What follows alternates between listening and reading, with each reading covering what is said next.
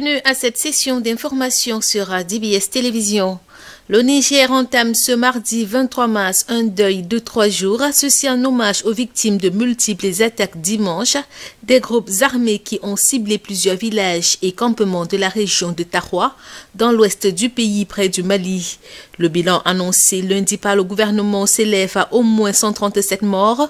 Selon plusieurs sources sur place, plusieurs dizaines d'hommes sont arrivés dans l'après-midi du 21 mars à moto et s'en sont pris à des campements nomades dans les localités d'Intawaine, de Youssana et de Bakaro. Rajoutant que dans les deux premiers campements, ils ont ouvert le feu sur les personnes qui se trouvaient au niveau des fourrages et des points d'eau alors qu'ils abreuvaient leurs animaux. Une grande partie des victimes sont des déplacés internes, disent-ils. La région de Taroua connaît une insécurité grandissante. Le groupe État islamique au Grand Sahara y a récemment étendu son emprise. Ce nouveau drame intervient 6 jours après des attaques similaires dans la même zone qui avaient fait 66 morts. La région de Tillabéri est située dans la zone dite des 3 frontières, aux confins du Niger, du Mali et du Burkina Faso, régulièrement frappée par les groupes djihadistes. L'intensification de ces attaques constitue le plus grand défi auquel va être confronté le nouveau chef de l'État Mohamed Bazoum, successeur de Mahamadou Issoufou, dont la victoire à la présidentielle a été confirmée dimanche par la Cour constitutionnelle du Niger. Un verdict que rejette son principal rival, l'ex-président Mahamat Ousmane. Lors d'une conférence de presse lundi soir à Niamey, le candidat du RDR Tchandi a appelé à une marche pacifique sur l'ensemble du territoire, à la mobilisation du peuple et au soutien des corps constitués et des forces armées. Il a dénoncé dans cette validation une violation de la Constitution. Mahamat Ousmane considère en effet comme illégale une telle proclamation alors que ses recours n'ont pas été examinés. L'opposant a revendiqué la victoire avec 50,3% des voix. Cette sortie fait amplifier les risques d'une véritable crise post-électorale alors que le climat politique est assez tendu depuis des semaines dans le pays. À en croire des sources concordantes dans la capitale Niamey, un impressionnant dispositif sécuritaire a été déployé à des endroits stratégiques pour empêcher d'éventuelles manifestations d'opposants. Le 23 février dernier, après l'annonce des résultats provisoires par la CENI, des manifestations avaient éclaté dans plusieurs villes du pays. Présidentielle au Congo-Brazzaville, c'est une victoire écrasante au premier tour du président sortant qui se dessine. Les premières tendances de 35 bureaux de vote livrés lundi par la Commission nationale électorale indépendante donnent Denis Sassou Nguesso vainqueur quasiment partout. C'est la journée de vote sous haute surveillance s'est déroulée dans le calme sans incident sécuritaire majeur. L'opposant et candidat Mathias Zon a invoqué des problèmes d'organisation.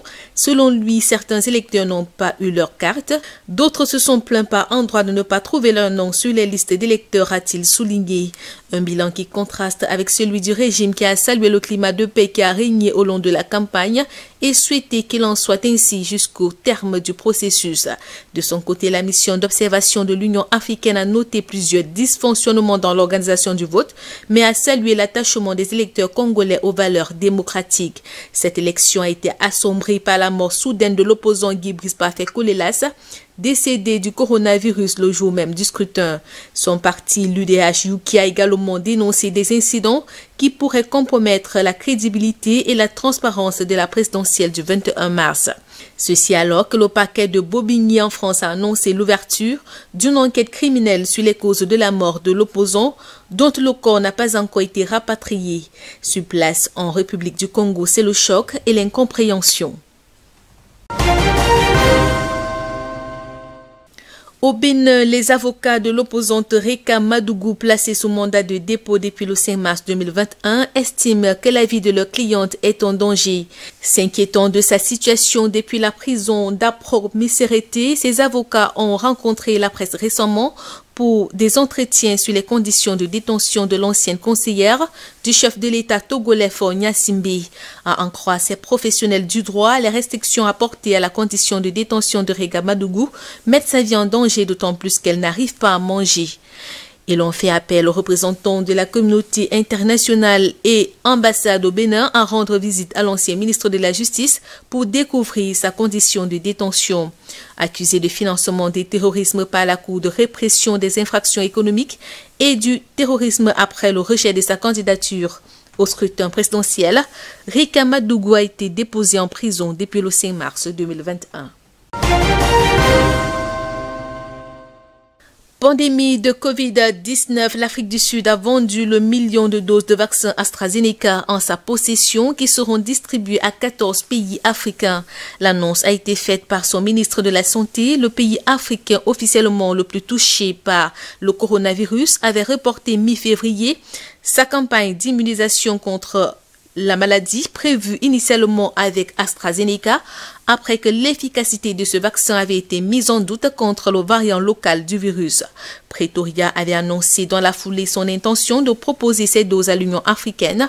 Le premier lot de vaccins en cours de livraison bénéficiera à 9 États membres. Le solde sera collecté cette semaine pour être livré à 5 autres États de l'Union africaine. Aucun détail n'a filtré pour l'instant sur les prix et les pays qui ont acheté les vaccins. L'Union européenne a imposé lundi des sanctions à l'Érythrée pour des violations présumées des droits de l'homme, notamment des exécutions extrajudiciaires, des actes de torture, des enlèvements et des arrestations arbitraires. L'UE n'a pas donné plus de détails sur ces sanctions, mais ce mois-ci, les Nations Unies ont accusé les troupes érythréennes d'opérer dans la région du Tigré dans le nord de l'Éthiopie et certains rapports laissent entendre qu'elles sont responsables d'atrocités. L'Union européenne a inscrit sur sa liste noire le Bureau de la sécurité nationale de l'Érythrée, qui est responsable du renseignement, des interrogations et des arrestations. Le ministère érythréen des Affaires étrangères a réagi en déclarant que la décision de l'Union européenne était malveillante et a accusé l'UE de créer un fossé entre l'Érythrée et l'Éthiopie. Il a également déclaré que l'UE tentait de ramener le pouvoir du Front populaire de libération du Tigré. La Tanzanie fait ses adieux au président John Magufuli, mort en plein exercice du pouvoir. Plusieurs chefs d'État africains ont fait le déplacement lundi 22 mars pour saluer la mémoire du chef de l'État, disparu lors de funérailles nationales dans la capitale Dodoma. Exposé samedi et dimanche dans la capitale économique Dar es Salaam, son corps a été accueilli à Dodoma par une foule compacte massée dans les rues qui a salué le passage du convoi mortuaire avec chants, cris et pleurs. Au stade Jamwari où se sont déroulées les funérailles nationales devant plusieurs dizaines de milliers de personnes, des sécuristes ont dû prendre en charge certains spectateurs ayant perdu connaissance. Président depuis 2015, John Magufuli, 61 ans, est officiellement mort mercredi dernier de problèmes cardiaques, selon les autorités tanzaniennes. Son successeur, la présidente Samia Suluhu Hassan, s'est souvenu de lui comme d'un champion des pauvres et d'un homme religieux. Surnommé le bulldozer, l'ex-président sera enterré vendredi dans sa ville natale de Château, dans le nord-ouest de la Tanzanie.